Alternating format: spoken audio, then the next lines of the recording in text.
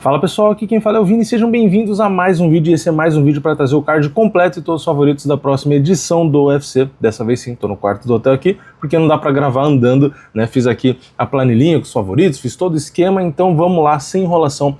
O card preliminar começa às 19 horas, o card principal começa às 22 horas. Lembrando que eu vou trazer os favoritos, alguns palpites, minhas opiniões e as cotações da Stake. A Stake é a parceira oficial de apostas do UFC. Aqui não, né? Porque eu não tô no Brasil, mas aí no Brasil, se você quiser conferir essas cotações que eu vou trazer aqui, fazer suas fezinhas e tal, não esquece de usar o link que tá aqui embaixo do vídeo no comentário fixado. É bem fácil abrir a conta. Como eu falei, é parceiro oficial de apostas do próprio UFC aí no Brasil, então é completamente tranquilo. Vocês sabem, já fiz live fazendo também, enfim, vamos lá. Primeira luta da noite, categoria peso palha. Temos a Piera Rodrigues contra a Sam Hughes. A favorita é a Piera Rodrigues com 61%, na verdade 59% mais ou menos por cento de favoritismo. Ela tá pagando 1,65 e a Sam Hughes está pagando 2,30. Lembrando que as cotações variam conforme as pessoas vão fazendo suas fezinhas, então isso pode ir alterando, tá? Eu tô falando enquanto eu gravo o vídeo.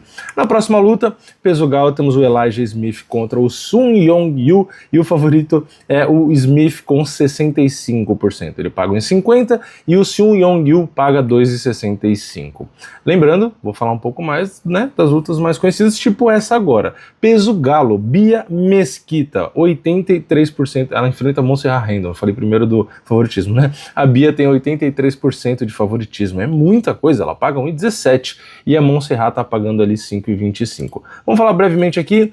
Bia Mesquita, né, parrumpa ali no corner, fez ali a sua estreia em outubro do ano passado, né, quando ela finalizou no segundo round a Irina Alexieva, inclusive ganhou bônus de performance. Bia Mesquita, caso você não saiba, tem uma carreira curta aí no MMA, né, tá invicta, mas tem poucas lutas, chegou no UFC, como eu falei agora, mas é uma multicampeã mundial de jiu-jitsu, né, para alguns aí é a maior da história do jiu-jitsu feminino, né? Inclusive o apelido dela aí é The Lady Goat, né? Então é isso, é um nome que vem realmente para o UFC para ser a finalizadora nata, né? É assim, vai pegar qualquer adversário, derrubar, ir para um ground and pound forte, já que o Parrumpa é muito bom em treinar os atletas para aplicar o ground and pound, e caso a atleta se defenda, a adversária, né, se defenda bem do ground and pound, ela busca a finalização. Então, concordo completamente aqui com o favoritismo. Claro, eu, mesmo sendo a Bia, torcendo muito por ela, conheço ela pessoalmente, muito gente boa,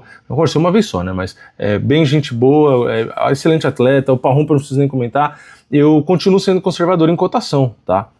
Eu entendo um favoritismo e acho que é um favoritismo bem razoável mesmo, porque a Montserrat, ela vem assim, ela estreou com vitória, aí ela perdeu, aí ela ganhou, e tipo assim, quando ela ganhou as duas, ela ganhou a decisão dividida, então eu acabo confiando realmente no jogo da Bia, mas 1,17 e 5,25 é muita coisa, tá? A Bia é uma excelente lutadora, como eu falei, jiu-jitsu afiado e tudo, só que ela vem evoluindo, né? Então pode ser que quando ela pega uma atleta que às vezes defende um pouco queda, né, ou enfim, complica um pouco, que às vezes ela seja testada de fato. Então, não estou dizendo que por conta de qualquer dificuldade ela vai perder, não estou falando isso, eu estou falando da cotação, tá? 5,25 para Montserrat e 1,17 para Bia, eu acho que pode ser muita coisa, tá? Eu acho que até uns 3,50 ali, até entenderia, tá? Mais 5 e pouco e tal, eu tenho medo dessas cotações muito, muito altas, tá? Então não tem nada a ver com o palpite que eu tô falando só da cotação, tá? Então eu espero que tenha dado para entender. Eu confio e meu palpite é na Bia, mas cotação muito alta, assim, quando o atleta não é tão experiente, eu tenho receio. Próxima luta, peso galo, temos o Hesher Sousa, sei lá como que pronuncia isso aqui, Sousa contra o Luan Lacerda, até o nome de brasileiro tô falando errado, né? E o Sousa tem 68% de favoritismo, ele paga 1,43 e o Luan tá pagando 2,90. Vamos falar rapidamente aqui também para o vídeo não ficar muito longo, porque a internet aqui não é muito boa, então não posso ficar bobeando. Luan Lacerda, ele venceu a última luta por finalização no segundo round, só que ele tinha perdido as duas lutas anteriores, tá? Ele vai enfrentar o Sousa, que vem do Contender Series, venceu a luta dele lá no Contender, só que foi numa decisão, tá? Então, basicamente, é aquele clássico, né? Um cara que tem um pouco mais de lutas no UFC, pegando um cara que vem do Contender, como o cara vem do Contender e vem de vitória, porque se ele for contratado, geralmente, quase sempre, vem de vitória, né? Então, confiando nele aí, é isso. Eu posso até concordar com o favoritismo, mas Eu não sei se o Luan pagar 2,30, 2,90, quase R$3, se eu acho que tá tão certo assim, né? Mas enfim, tô com uma vontade de espirrar do caramba, né? Deu pra perceber, né? Tô segurando aqui. Eu vou editar um pouco esse vídeo, mas não muito, então eu tô segurando até o espirro. Próxima luta, vamos aqui para o Bolagioc, peso leve, enfrentando o Manuel Souza. O Manuel Souza tem 70% de favoritismo, ele tá pagando 1,37 lá na stake, enquanto eu gravo o vídeo, e o Bolagioc tá pagando 3,20, bastante coisa, tá? Vamos falar brevemente aqui do Bolagioc. O Bolagioc conseguiu contrato no Contender, né, quando ele nocauteou no primeiro round, lá em 2023, ele estreia no UFC ganhando uma decisão dividida do Timothy Quamba, depois ele perde finalizado para o Chris Duncan, depois ele vence na decisão unânime e na última ele é nocauteado pelo Mason Jones. Então, basicamente, depois do Contender, ele ganhou, perdeu, ganhou, perdeu. Foi isso que aconteceu. Já o Manuel Souza é o que vem do Contender Series, que ele venceu por nocaute o Christian Pérez, tá?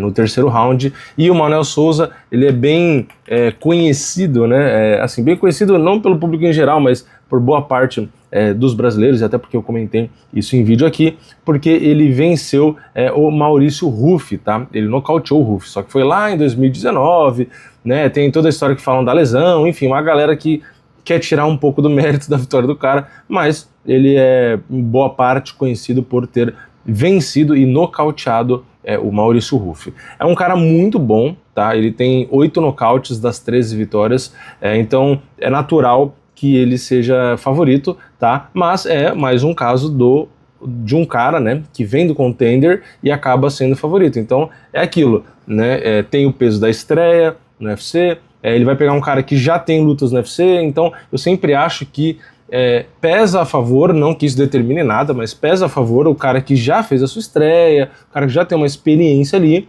contra o cara que vem do Contender e fica mais nervoso, né? Porque a estreia no UFC sempre pesa, tá? Mas eu acho que ainda assim, mesmo com esse peso, o Manuel Souza realmente é favorito, tá? Então é isso, luta que teoricamente deve ser legal. Depois vamos para o meio médio, Chris Curtis enfrenta o Mikhbek Orobai. O Orobai é favorito com 70%, 71%, ele paga 1,37 ali também, e o Chris Curtis 3,20, mesma cotação da luta passada, tá? Aqui eu vou falar brevemente, o Mikhbek Orobai é um cara muito bom, tá?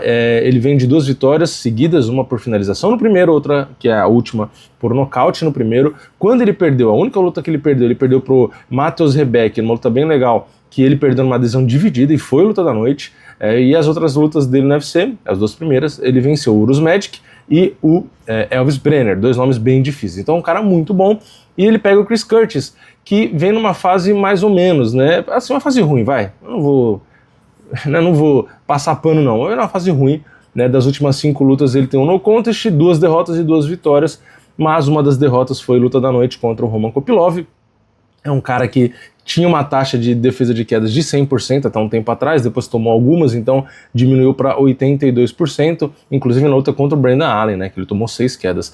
Mas é um cara duro, tá? Ele não tá numa fase boa, mas é um cara que tem um boxe muito bom, defesa de queda muito boa, aguenta porrada ali, é um cara que anda para frente, é um cara chato, tá? Então eu entendo e concordo com o favoritismo do Orobai, porque a fase dele é muito boa, praticamente não perdeu ali no UFC, quando perdeu fez luta da noite, então eu enxergo o Orobai favorito também, mas 3,20 pro Chris Curtis, cara, eu acho interessante, tá, sinceramente, porque o Chris Curtis, como eu falei, defende bem queda, troca bem, bate forte, tem queixo, tira espaço, é um cara que entrega a luta, então meu palpite é Orobai, mas a cotação do Chris Curtis eu acho interessante. Depois vamos para o peso médio, temos o Brad Tavares contra o Eric Enders, aqui o favorito é o Brad Tavares, 55%, ele paga 71%, Eric Enders paga ali 2,20%, aqui sinceramente uma luta, assim, para mim meio indiferente, tá? O Eric Enders é um cara que eu acho mais ou menos, tá? Veio até que numa fase mais legalzinha agora, né? Porque, beleza, ele perdeu o último, mas ele tinha ganho do Weidman por nocaute, tinha ganho do Jamie Pickett e tal. Mas é um cara assim, um cara forte, que tem ali um pouco de jogo de pressão, de isometria, de wrestling, mas não vejo muita trocação, não vejo muito jiu-jitsu, não vejo muito nem o wrestling, para falar a verdade. Eu acho que é um cara forte, tá? E o Brad Tavares é um cara que talvez seja um pouco mais habilidoso, mas também não tá numa boa fase, tá? Das últimas 5 lutas, perdeu 3, 2 por nocaute, inclusive, até a última ele perdeu por nocaute também. Então, assim, é uma luta que, pra mim, meio que tanto faz aí. Eu só dei um retrospecto aí, mas não ligo muito pra essa luta. Depois, peso mosca, Bruno Silva contra Charles Johnson, o favorito. Não, vamos falar o ranking primeiro, né? Charles Johnson é o 14º do ranking e o Bruno Silva é o 15º. O favorito é o Charles Johnson com 63%. Ele paga uns 54% e o Bruno tá pagando 2,55%. Vamos falar aqui rapidamente, lembrando que tinha mudado o adversário do Bruno e tal, né?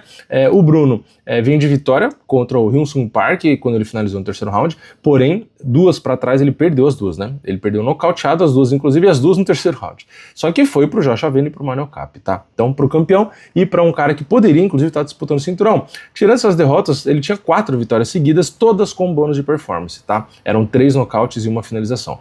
Então, ele vinha muito bem, voando, só que pegou o Kape e depois pegou o Josh Aveni. Aí deu ruim nas 2, o que é compreensível, né? E o Charles Johnson, ele vem de derrota por nocaute no primeiro round pro Alex Perez, porém, ele tinha ganho do Loner Kavanagh por nocaute, tinha perdido o Temirov uma antes, mas antes ele também tinha uma sequência de vitórias, né? Assim como o Bruno, só que a dele era de 4 vitórias. Ele tinha nocauteado e ganhado bônus contra o campeão, o atual campeão, o Josh Aveni, tinha ganho na decisão do Sumo da Erge, tinha ganhado na decisão do Azamat Maxson, ganhando luta da noite, e do Jake Hadley. Então, um cara muito bom também, deu umas tropeçadas recentes. Então, basicamente, os dois têm o mesmo cenário, na minha opinião. 2 caras muito bons, que estavam numa fase muito boa, ganhando bônus e tudo, só que tropeçaram, né? No caso, o Bruno, pelo menos, tropeçou para 2 nomes muito difíceis, né? O Josh Aveni e o Manel Kape. Já o Charles Johnson tropeçou no Ramazan Temirov e no Alex Perez. São nomes ok também, mas não é o mesmo nível, né? Então, ainda assim, o Charles Johnson é favorito, tá? O Bruno pagando 2,55. Cara, eu acho que eu deixaria essa luta bem mais apertada, tá? Eu não sei se eu chegaria a colocar o Bruno de favorito. Eu fico bem na dúvida. Mas, sendo conservador, eu colocaria um Charles Johnson ainda, tá? Talvez até possa concordar, mas tipo 55%, tá? Quase botando o Bruno de favorito. Enfim, luta complicada aí, vamos ver, mas deve ser uma luta boa. Entrando agora no card principal, peso pesado, temos o Steven Asplund contra o Vitor Petrino, que é o 15º do ranking. O Petrino é favorito com 69%, ele paga 1,40 e o Asplund paga 2,95. Luta interessante aqui, tá? Vamos falar brevemente. O Petrino vem bem no peso pesado, né? Ele ganhou do Austin Lane por finalização no primeiro round, depois ele ganhou do Thomas Peterson por nocaute no 3º round, inclusive ganhou bônus de performance. E o Steven Asplund, ele veio do Contender, né? Ele nocauteou em 16 segundos, e depois na última ele fez a luta da noite, luta bem legal contra o Shan Sharaf, né? Ele nocauteou no 2º round. Então é um cara bem interessante, tá? É um cara que deu pra ver que é brigador, gosta de botar volume. Cara, ele anda pra frente, se ele apanha não tá nem aí. É um cara que era bem gordão, né? E ele ficou cheio de pelanca, cheio de pele. Então é uma figura bem diferente, uma figura bem legal. Eu particularmente gostei bastante da disposição desse cara, tá? Da luta que ele fez aí, dessa luta da noite. Deu pra ver que é um cara que, assim, não tem tempo ruim, tá? Então, tecnicamente, não tem um histórico muito grande de UFC, né? Só fez uma luta, não dá pra julgar muita coisa. Então, eu acredito que o natural, por a gente ver muitas lutas do Petrino, é realmente colocar o Petrino de favorito, e eu acho que eu sigo a mesma linha, tá? Talvez não deixando o Asplund pagando quase R$3, tá? Eu acho que o Asplund podia estar pagando menos aí, uns 2,20, 2,30, eu acho que seria o ideal, tá? Então, não chego a colocar o Asplund de favorito, mas por não ter visto muito dele, tá? Eu acho que se o Petrino deixar esse cara levar a luta pra ele, esse cara gostar da luta, esse cara levar a luta pra briga, se esse cara conseguir, né, manter a luta em pé e realmente trocar a mão ali, se o Petrino cansar e não conseguir colocar o cara pra baixo, cara, eu acho que pode azedar, tá? Se for pra briga essa luta aqui, eu tenho medo, tá? Eu torço pro Petrino. Espero que ele derrube e acabe com a luta logo, tá? Não fique trocando muito e nem entrando na briga, porque o Asplund é meio sangue ruim, tá? Então, tá aqui. Eu acredito no Petrino por ter visto mais dele, mas tenho medo, tá? Eu acho que se ele se desgastar, tiver dificuldade para levar pro chão, a luta pode encardir. Na próxima luta, peso pena, temos o Harry Hardwick contra o Marwan Harik, cara, uns nomes, pelo amor de Deus. O Marwan é favorito com 70%, ele paga 1,38 lá na stake, tá? E o Harry paga R$3. Vou falar bem brevemente aqui, porque são caras menos conhecidos, tá? A gente tem, no caso do Harik, né, o Marwan, vindo do Contender, ele nocauteou no segundo round ali, rapidinho, 2 minutos e 13, e vai fazer a estreia dele, o cara invicto, né? E no caso do Harry, ele vem de uma derrota, ele estreou contra o Cauê Fernandes e foi nocauteado em 3 minutos e 21. Então, pelo menos o peso da estreia ele não tem, mas ele vem de uma derrota, vem de um nocaute, tá? Então, está como azarão, e é isso. 2 caras com poucas lutas aí, vamos ver o que acontece, sem grandes comentários, sem enrolação, vamos para a próxima, peso pena, André Fili contra José Delgado favorito, 73%, paga 1,33, André Fili pagando 3,65, pagando bastante coisa o André Fili. O Delgado veio do Contender, fez 2 lutas no UFC, ganhou as 2 por nocaute no primeiro round, só que ele na última perdeu do Nathaniel Wood numa decisão. Já o André Fili é um veteranaço já, né? Ele luta no UFC desde 2013, então ele tem trocentas lutas, ele vem numa fase complicada, né? Porque desde 2022 ali que ele perde, ganha, perde, ganha, perde, ganha, perde, ganha. Não tô zoando, ele tá exatamente nessa sequência, ele vem intercalando derrotas e vitórias. Se seguir a lógica, ele vai perder essa, né? Mas tirando a superstição de lado, é um veterano, tá? Eu realmente concordo com as bolsas, eu acho que ele é azarão, mas é aquilo, né? É um azarão que é um cara que luta trocentos anos no UFC contra um cara recém-chegado, tá? Então, eventualmente, a gente pode acontecer, né? Da gente ver o cara mais veterano aí, dependendo de como a luta desenrolar, tendo alguma vantagem. Mas ainda assim, eu não acho e não é suficiente para mim para colocar ele como favorito, tá? Então, eu acredito que o Delgado realmente seja favorito, concordo com as bolsas, mas é isso, vale só esse disclaimer, o André Fili é mais experimentado, tá? Dependendo do desenrolar da luta, ele pode tirar alguma vantagem ali. Depois, então, vamos para meio pesado, Ion Cutelaba contra o Omar Sy. O Omar Sy é favorito com 70%, o Omar Sy paga 1,38, Cutelaba 2,96. O Omar Sy nocauteou na última, mas ele tinha perdido na penúltima, né, pro Menifield. Mas é isso, né, de 4 lutas que ele fez na UFC, ele venceu 3. O Cutelaba vinha melhorando, né, é recente, tinha ganho ali uma, depois ele perdeu, mas ele ganhou 2, inclusive finalizando, né, ele começou a se controlar, começou a usar mais o grappling, virou outra pessoa, né, e aí começou a ter resultados melhores, porém na última ele perdeu na adesão dividida para uma dessas Bukauskas. Aqui eu concordo com o favoritismo, mesmo o Ion Cutelaba na nova versão aí, né, um pouco mais controlado, um pouco mais no grappling, mas ainda assim eu acho que o Omar Sy deve vencer a luta. Porém, o Cutelaba é sempre perigoso. Aqui eu não vou ajustar a cotação, né? Estou apertando quase todas, mas aqui acho que não. Acho que dá para deixar mais ou menos o que tá, apesar do Cutelaba ser muito forte, né? Eu acho que o Cutelaba na versão antiga é mais maluco. Eu acho que eu tinha até mais receio no sentido da imprevisibilidade, tá? Eu acho que o Cutelaba melhorou sendo mais cerebral, mas ele não ser, tipo assim, ele se arriscar mais leva mais aquela chance do nocaute do nada, né, de surpreender, tá? Mas aqui eu acho que, tanto na versão antiga quanto na nova aí, eu acho que o Omar Sy seria favorito, tá? Não muito, mas favorito. Depois, peso palha, como em evento, temos a Amanda Lemos, 5ª do ranking contra a Gillian Robertson, que é a 8ª. A Amanda não é a favorita, mesmo sendo a 5ª do ranking, tá? A Gillian Robertson tem 63%, ela paga 1,54, a Amanda tá pagando 2,60. Vamos aqui falar primeiro da brasileira, depois a gente fala da Gillian Robertson. A Amanda perdeu a última luta contra a Tatiana Suárez, uma luta de poucos golpes ali, né? Teve as quedas e tal, enfim, aquilo que era esperado. Na penúltima ela tinha ganho da Yasmin Lucindo, numa adesão unânime, e na anterior perdido da Jandiroba. Basicamente, das últimas 5, ela perdeu a primeira dessa sequência, né, contra o Elizeng, aí ela ganha da Mackenzie, aí ela perde da Jandiroba, aí ela ganha da Yasmin, aí ela perde da Tatiana. Então tá no famoso ganha-perde. Se seguir a sequência, superstição, ela ganha agora, né? A Gillian Robertson, por outro lado, das últimas 5, perdeu só a primeira dessa sequência, quando ela perdeu da Tabata Hit numa decisão unânime. Depois ela ganhou da Poliana, nocauteando, né? Depois ela ganha da Michelle Waterson, ganha da Luana Pinheiro, e na última ela nocauteia a Mariana Rodrigues. Então, a Gillian Robertson, se a gente estender isso, na verdade, das últimas 7, ela só perdeu uma. Então ela vem numa fase excepcional. é uma lutadora muito boa ali no grappling, né? Ela tem as suas quedas, ela tem as suas tentativas de finalização, tá? Ela tem ali o ground and pound, é uma lutadora bem inteligente, tá? Ela sempre segue ali o jogo dela, é forte, aguenta fazer ali isometria, tem um gás também interessante. Então assim, é uma lutadora bem chata, tá? Bem pragmática, que faz o jogo dela, busca a vitória e tal. Então é complicado. A Amanda é aquilo, né? O jogo é meio claro, ela vai ter que defender queda e trocar porrada, né? Botar os golpes mais duros ali e tal e ganhar batendo, botando a mão na cara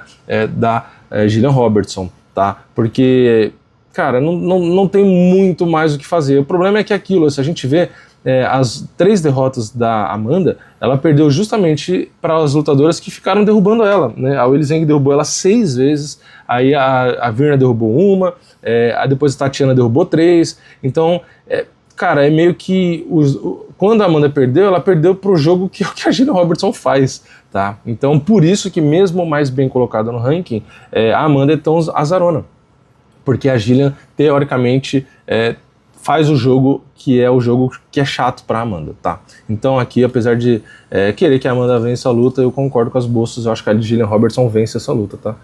E na luta principal, peso pena, temos aí o Kevin Vallejos, 14º do ranking, enfrentando o Josh Emmett, 11º. Josh Emmett ficou muito tempo no topo, né? Não tá no topo mais. E o favorito, e muito, é o Kevin Vallejos com 83%. Ele paga 1,20 e o Josh Emmett 4,75. Vamos falar brevemente dos dois antes de eu falar o meu palpite. O Kevin Vallejos, ele veio do Contender, tá? Ele tinha perdido do Gian, né? É uma luta que foi para decisão unânime, ele aguentou ir para decisão contra o Gian, inclusive não só aguentou, tá? Ele lutou muito bem contra o Gian, aquela luta.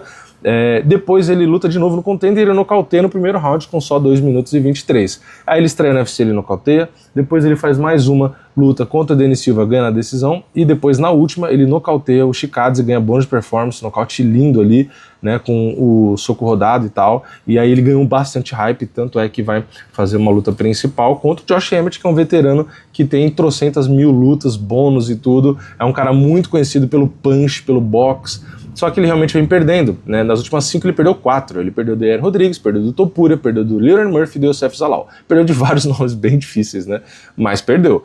Então assim, basicamente é um cara muito veterano, com muita luta, que tá numa fase ruim, mas porque ele pega só a elite, contra um cara que é revelação, mais novo, que vem com uma sequência de vitória, então é aquela velha luta para ser ou não uma troca de mãos aí, né, de bastão, tá? Se vai o cara mais veterano realmente mostrar que está em decadência e esse novo ser projetado porque ganhou de um grande nome, ou se não, né? Você vai provar que o cara mais antigo ainda tem condição de entregar a luta. Então é uma luta que separa muita coisa, até porque o Kevin Vallejos é o 14º. Se o Emmett perder, ele vai ficar na pontinha do ranking aí, quase que saindo do ranking. Então um cara que estava lá no topo, né, brigando para ser campeão e tudo, o cara tá quase saindo do ranking. Então o esporte é isso, o esporte é fase, é momento, é complicado, e aqui eu concordo com as bolsas, acho o Vallejos favorito, é mais novo, realmente a trocação muito alinhada, acho que ele tem condição de trocar ali, evitar os golpes mais duros e tal,